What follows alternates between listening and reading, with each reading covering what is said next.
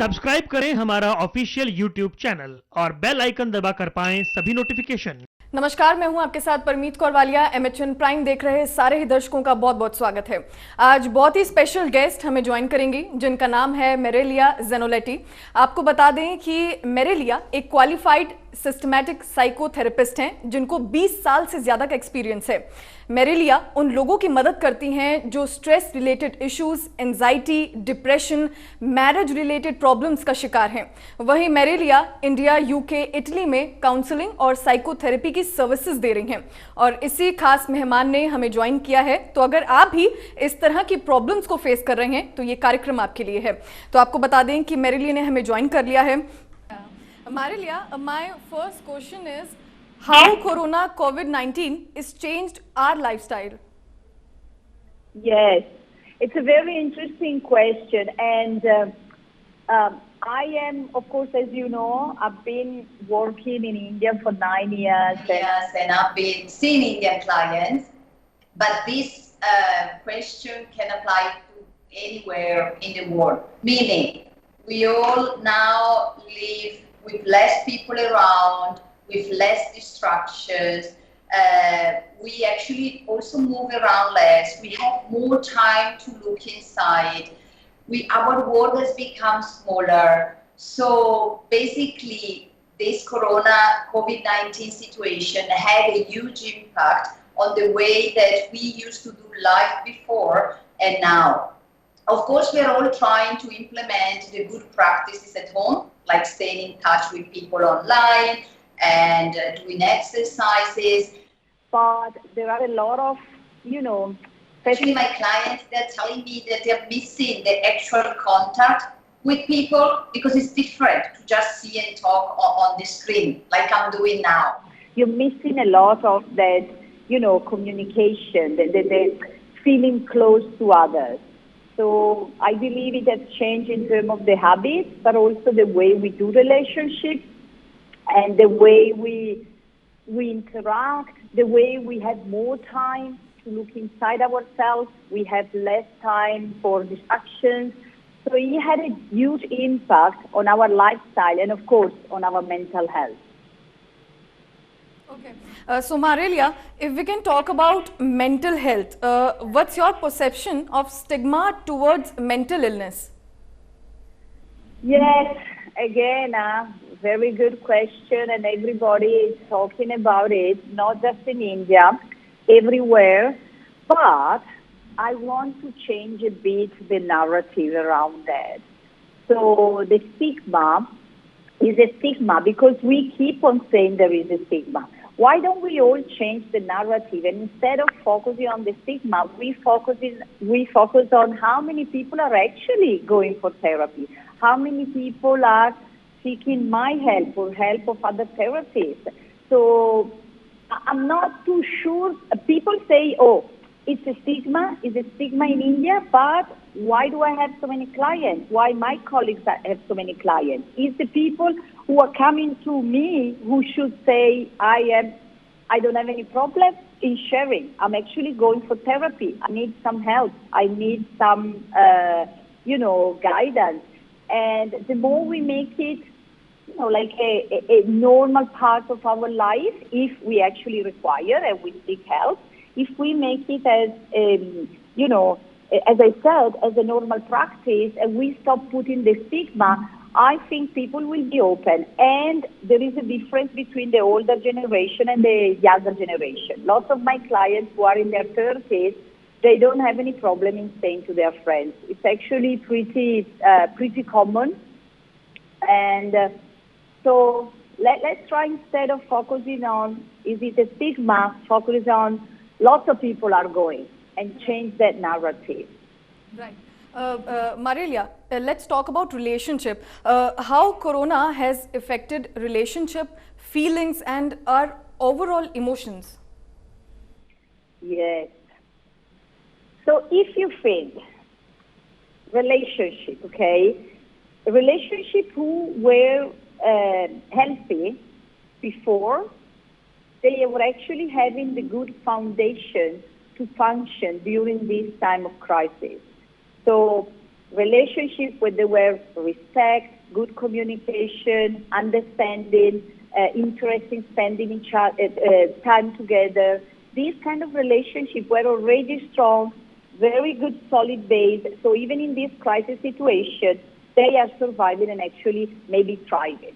Other relationships where people was having a lot of fights or a lot of misunderstanding, a lot of aggression, violence. Of course, the current situation has not helped. As you know, in India, the domestic violence situation, the cases has increased, and also people dealing with anxiety, depression. So if you're not in a good place as an individual, of course, you cannot bring in, positivity or a good element into the relationship. And the relationship might not be able to handle the situation. So I've seen a lot of people coming to me because they're having relationship issues or issues with their laws, issues with the children. Of course, the children are also struggling and suffering. And if the children witness the parents fighting, they might themselves then develop more anxiety. So relationships are at risk to actually get stronger or to have more fights and more misunderstanding. Hopefully, people will see this as a temporary situation and a place and time where they can work on their relationship, either between inside the relationship or by seeking help to professionals. Right. Marilia, are you getting many new clients? Many new clients, yes. I am very busy. And not just new clients, but also people who used to see me, they're coming back. They're coming back because now they had more time to reflect, to think about their future, what they want in their life, what they want in their relationship. So lots of people coming back, lots of new people. As I said, the main mental health issue right now is anxiety. So people are feeling anxiety. There is a lot of anxiety in the air because people are more scared, people feel insecure, people feel they don't know what is going to happen next, they cannot plan. So the anxiety, of course, goes up. And yes, these I think are the main reason why new clients are coming or the older clients are coming back. ठीक है. Marilia, what are the presenting issues of the people approaching you during the COVID-19? Yes, as I said, mainly anxiety. Anxiety is, actually there is a distinction. So some of the clients who has always been dealing with anxiety, they are used to have anxiety at a quite higher level.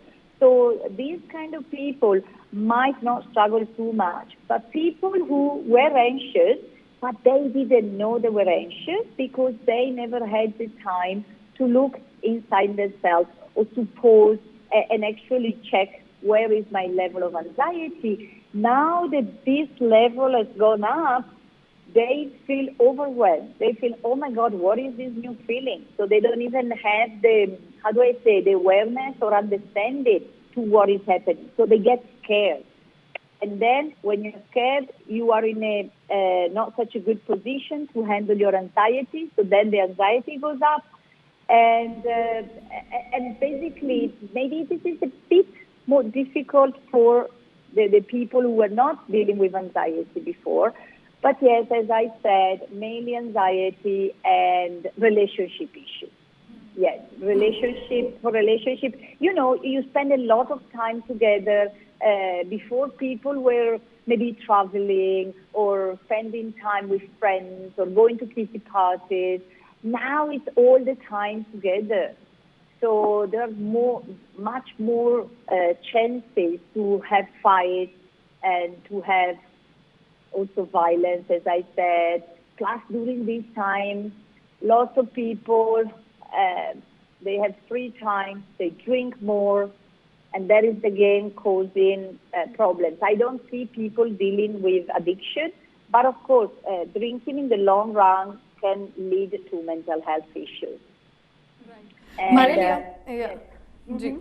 You are come from different culture, right? So have you ever faced obstacle with Indian patients? Yes, I know. Everybody's asking me these questions. So I do have a already made answer to this because I've been here for 9 years, so I've been asked this many times. And what I discovered during the years is actually coming from a different culture gives me an opportunity to ask certain questions about the culture and not taking things for granted. You are from India. I'm sure your Indian culture is different from my mate's understanding of her culture, or maybe my neighbor. Or so saying I am from India doesn't tell the therapist, even if it's an Indian therapist, doesn't tell much. So the therapist should always be curious and ask, what is your understanding of your own culture?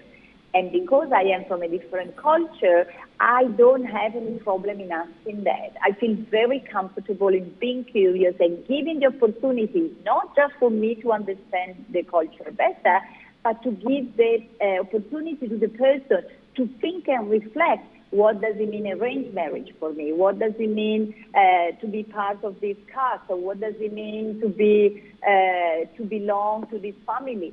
So I think it's an advantage to be from a different culture. Okay, Yes. Marelia, now I asking you a personal question. Why did you come to India and decided to stay? Yes, as I said, almost 9 years, and I have not even yet come up with a story around my coming here. Because if I have to be honest, there's no story. It just happened.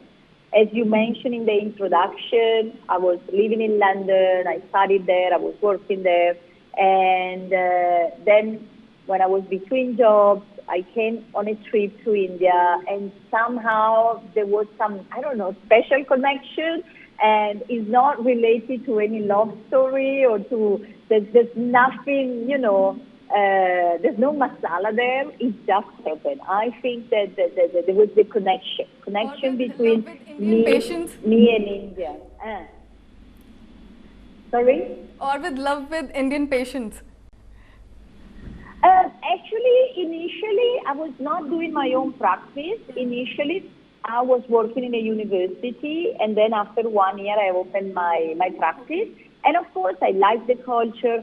I'm from Italy, so in a way, certain things are very similar. And then, I don't know, that kind of magic that I used to feel. Now, after so long, maybe I don't feel it too much because I'm used to my life here. But yes, there was actually something I felt connected. And this is not the first place abroad where I lived. I lived in the US, I lived in the UK, but I never stayed that long. That means that there is some special connection between me and India. And I'm very grateful, yes, to be here, to the country and to the people, to the Indian population. Right. Marelia, last question. What advice or suggestion would you give to our audience? Yes, advice. It depends. If people are struggling, meaning the mental health issues is actually trouble, then I think they should reach out to professionals. First, maybe share with the family, the friends, but then they need to reach out, not to take whatever they're feeling. Maybe they don't even know which label to put on it or how to describe it, but they should reach out. Looking on the internet of things and trying to understand is not a good idea, because if you're not a professional in internet, you can find anything. So it's going to be very difficult to select and understand what you're going through. So it's best to see a professional, and also to ask, for the family maybe to monitor whatever is happening in the people, in the family, friends, people around them, and pay attention, because sometimes when people are struggling, they don't seek for help, they don't share. And as you know, I think 20% of mental health cases has gone up. The mental health cases has gone up 20% in India during this time. So that means that people are actually struggling. Lots of suicide.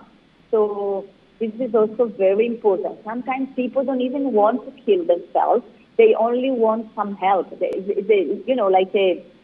want some attention, but they might end up losing their life and then create a completely, very, very sad situation in families. So it's better to reach out, and then if the situation is not that serious, that's it. But at least they've done their checkup. Yes. This is my advice. Yes. Right. Thank you, Marilia. Thank you for coming. Okay. Thank you. Thank you so much. तो ये थी हमारे साथ मारेलिया, जिन्होंने हमारे साथ बहुत ही ज़्यादा जो इन्फॉर्मेशन है वो शेयर करी। इसी के साथ इस खास पेशकश में इतना ही। दीजिए इजाज़त। नमस्कार।